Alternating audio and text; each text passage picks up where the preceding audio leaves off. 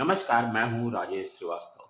कल आपसे जब हम बात कर रहे थे तो मैंने आपसे कहा था कि उत्तर प्रदेश में इंडिया गठबंधन खत्म होने की कगार पर है और आज जब मैं आपसे बात कर रहा हूँ तो ये दावे के साथ कह सकता हूँ कि इंडिया गठबंधन अब दम तोड़ रहा है और उत्तर प्रदेश में ये लगभग समाप्ति पर है। ये मैं यूँ ही नहीं कह रहा हूँ, पहले मैं आपको कुछ वीडियो दिखाता हूँ, आप उस वीडियो को ध्यान से सुनिए, फिर हम आगे की चर्चा करेंगे कि आखिर उत्तर प्रदेश में ये गठबंधन क्यों खत्म हो रहा है। और हाँ, वीडियो शुरू होने से पहले जान लीजिए कि ये वीडियो थोड़ा लंबा होने वाला है क्योंकि हम इंडिया गठबंधन के जिस तरह से शुरुआत हुई और जिस तरह से वो खत्म हो गया, यानी कि पूरे तरह से दम तोड़ दिया, आज हम उसकी बात विस्तार से करने वाले हैं। चलिए पहले सुनते हैं इस वीडियो में कि इस वीडियो में आखिर क्या वजह है जिसकी वजह से गठबंधन टूटा हुआ है। मैं आपके माध्यम से कांग्रेस पार्टी को कहना चाहता हूं, अपने चिरकुट नेताओं से हमारी पार्टी के बारे में न बुलवाएं। कि अगर भारतीय जनता पार्टी को हराना है तो आपको मध्य प्रदेश में कांग्रेस का समर्थन करिए। इस नेता के बारे में बात कर रहे हो आप? ये कांग्रेस के कौन नेता है? उनके प्रदेश अध्यक्ष कह रहे हैं। देखिए, प्रदेश अध्यक्ष की कोई हैसियत नहीं है, न वो पटना की मीटिंग में थे, न वो जाकर के मुंबई की मीटिंग में थे। इंडिया के बारे में क्या जानते हैं वो? गठबंधन के बारे में उनकी क्या हैसियत है जो बोल रहे हैं इस तरह की बात? इजराइल और गाजा के इस उनसे पूछिए रात को 1 बजे तक क्यों उनके मुख्यमंत्री कमलनाथ जी ने बैठाया, क्यों उनके पूर्व मुख्यमंत्री दिग्विजय सिंह जी ने बैठाया? वो क्या उनके मुख्यमंत्री नहीं है क्या उनके प्रदेश के? अगर वो मुख्यमंत्री नहीं थे तो इस तरह की भाषा नहीं बोलनी चाहिए उनको। और इसका मतलब ये हुआ कि आप दूसरे दलों को बेवकूफ बना रहे हैं आप बैठा करके। क्या गठबंधन का क्या मतलब? ये बीजेपी से मिले हुए लोग हैं, ये कांग्रेस के लोग बीजेपी से मिले हुए लोग हैं। तो आगे के अभी क्या रणनीति? ये जो बीजेपी से मिले हुए, देखिए, अगर मुझे पता होता कि गठबंधन प्रदेश स्तर पे नहीं है तो मैं समाजवादी पार्टी के नेताओं को दिग्विजय सिंह जी के पास नहीं भेजता। अगर मुझे ये पता होता कि समाजवादी पार्टी को प्रदेश स्तर पे गठबंधन नहीं कर रहे हैं, मैं कमलनाथ जी के पास अपनी पार्टी के लोगों को नहीं भेजता। और मुझे ये भरोसा होता कि कांग्रेस पार्टी के लोग धोखा देंगे तो मैं उनकी बात पे भरोसा नहीं करता। मुझे बताया गया कि 6 सीटों पर आपके लिए सोचा गया है, विचार किया गया है और उस पर तय करेंगे।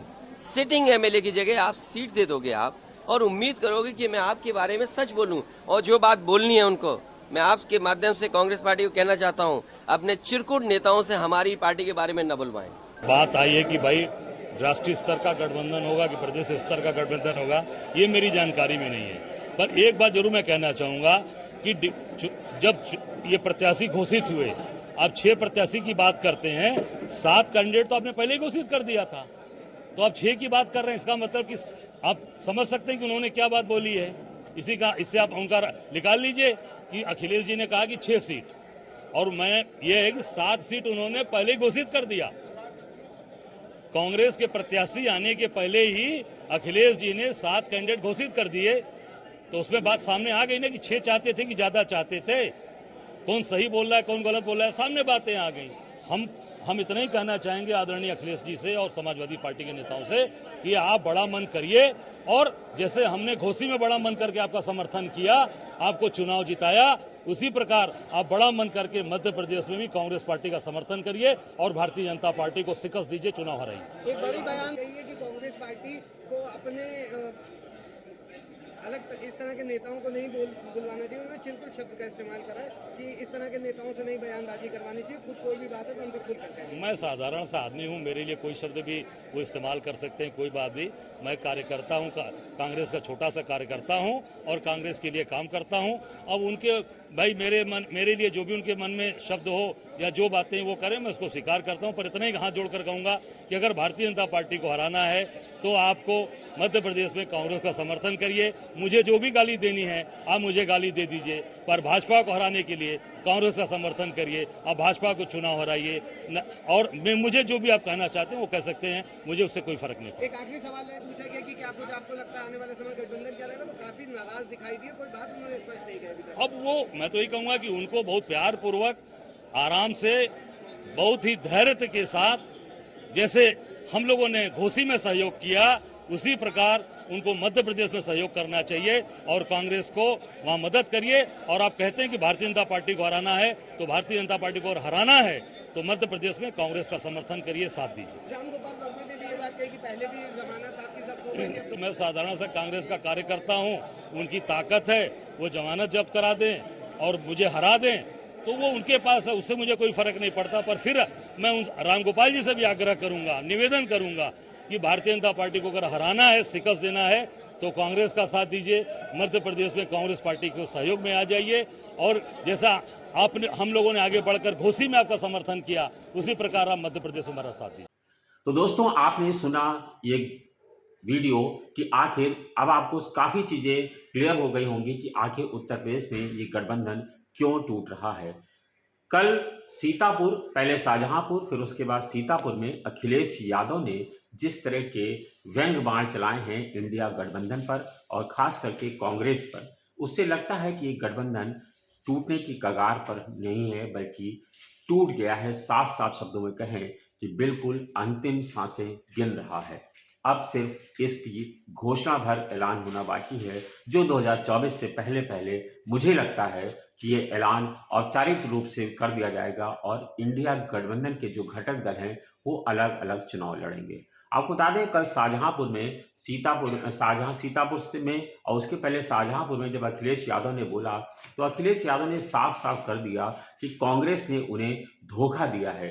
रात में 1 बजे तक उनको बैठा के रखा, जबकि उनको कहा गया कि उनको सीटें दी जाएंगी और सुबह सूची जारी कर दी गई और वो सूची जारी कर दी गई जिस पर सिटिंग एमएलए हैं, उनसे कहा गया कि उन्हें 6 सीटें मिल जाएंगी और रात 1 बजे तक चर्चा चलती रही। इसके बाद बात अगले दिन होनी थी और सुबह जिन सीटों को लेकर के चर्चा हो रही थी, कांग्रेस ने एमपी में उन्हीं सीटों पर अपने प्रत्याशियों का ऐलान कर दिया। तो ऐसे पे हम कैसे भरोसा कर सकते थे और हमारा अपने प्रत्याशियों का ऐलान करना बाकी था।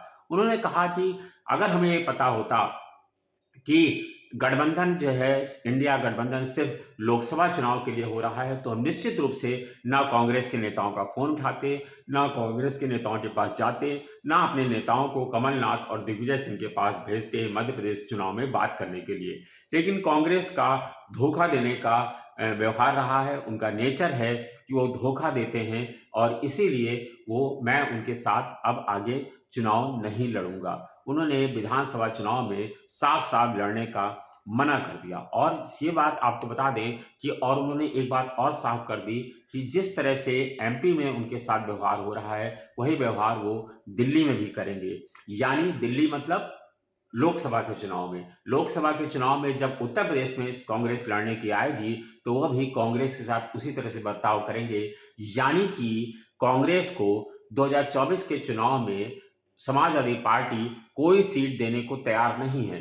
जो सीट पारंपरिक सीट है, अमेठी, रायबरेली, इन सीटों पर भी अब सपा अपने प्रत्याशी उतारेगी। यानी कि ये जो लड़ाई है अब खुल करके मैदान में आ गई है। यानी कि ये कहें कि और उसके बाद उधर कांग्रेस के प्रदेश अध्यक्ष अजय राय, उन्होंने भी खुला मोर्चा खोल रखा है। ये अजय राय और अखिलेश यादव के बीच आपको बता दें मोर्चा आज से नहीं चल रहा है, आपको इसके लिए जाना पड़ेगा 2015 में।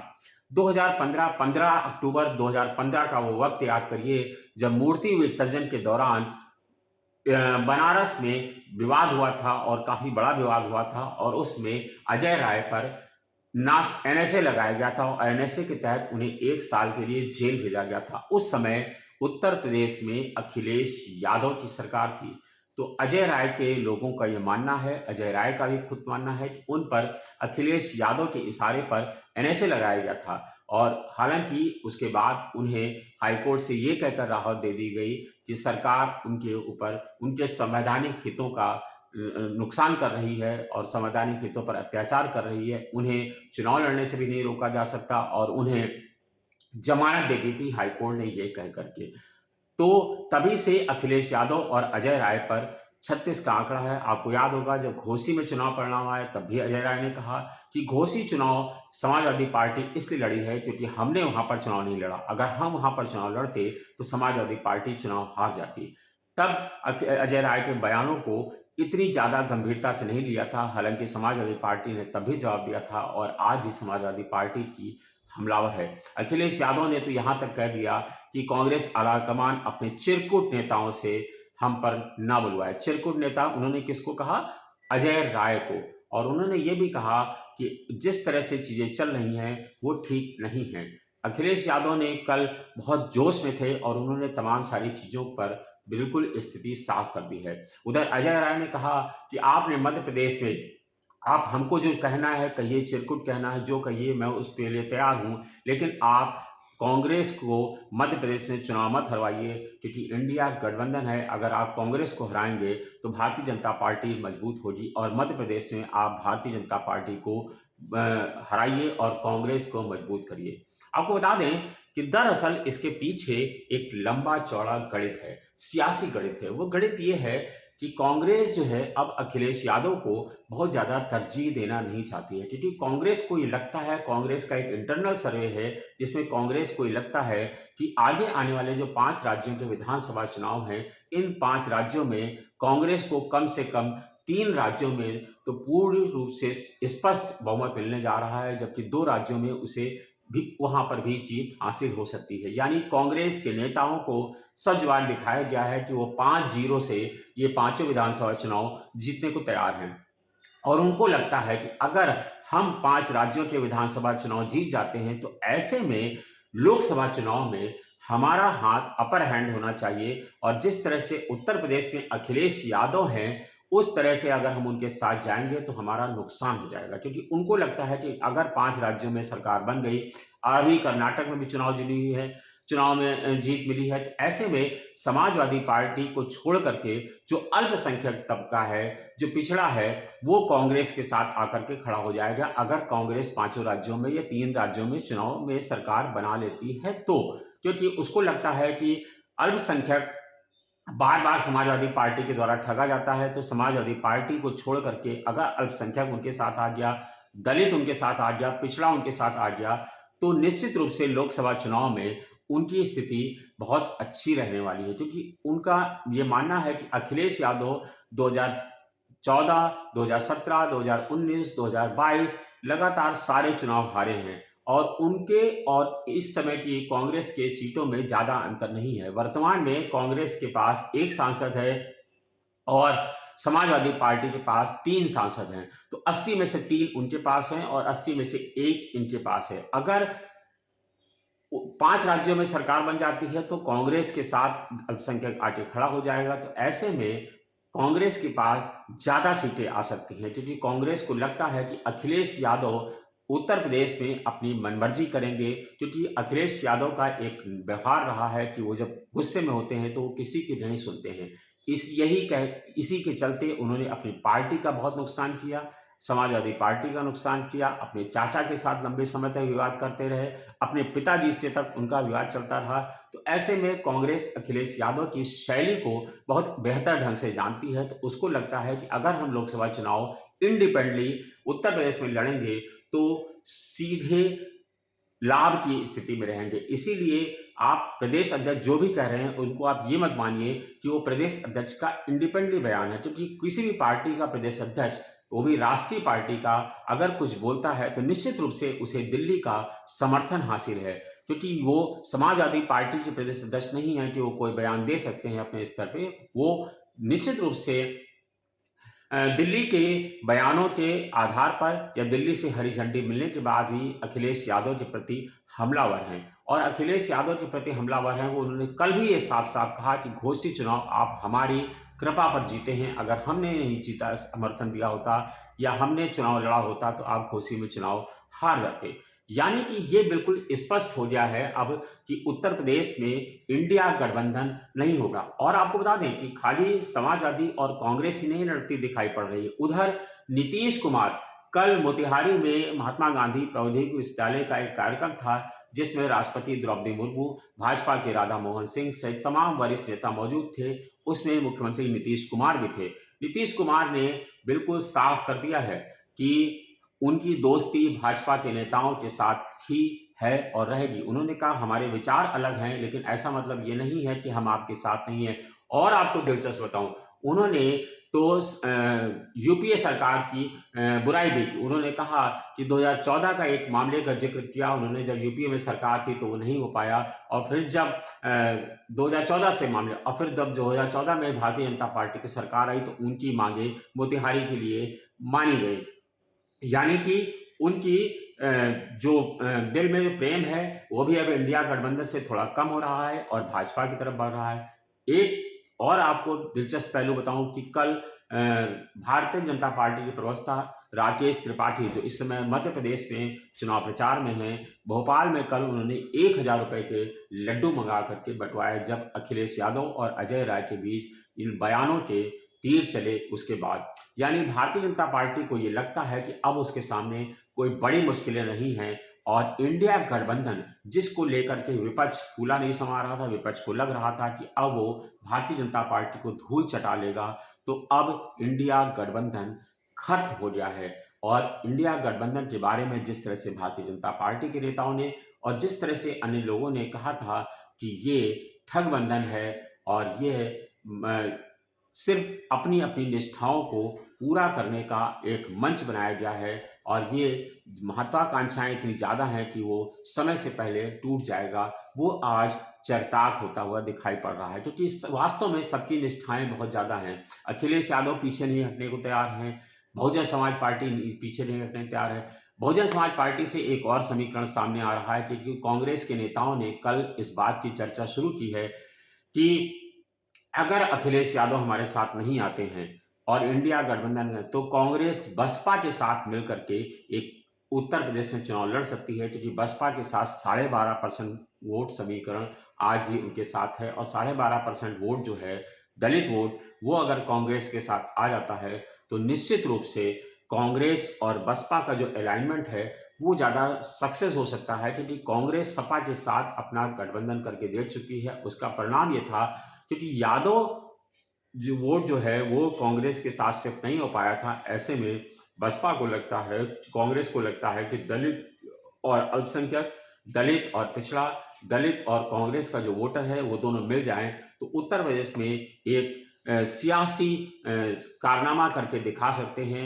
निश्चित रूप से ये एक समीकरण कुछ आगे आने वाले 1-2 महीने में बिल्कुल साफ हो जाएंगे, लेकिन फिलहाल इतना तय मान के चलिए कि उत्तर प्रदेश में इंडिया गठबंधन अब समाप्त हो गया है। आप इस विषय पर क्या राय रखते हैं? अपनी राय जरूर हमें लिखिएगा। धन्यवाद।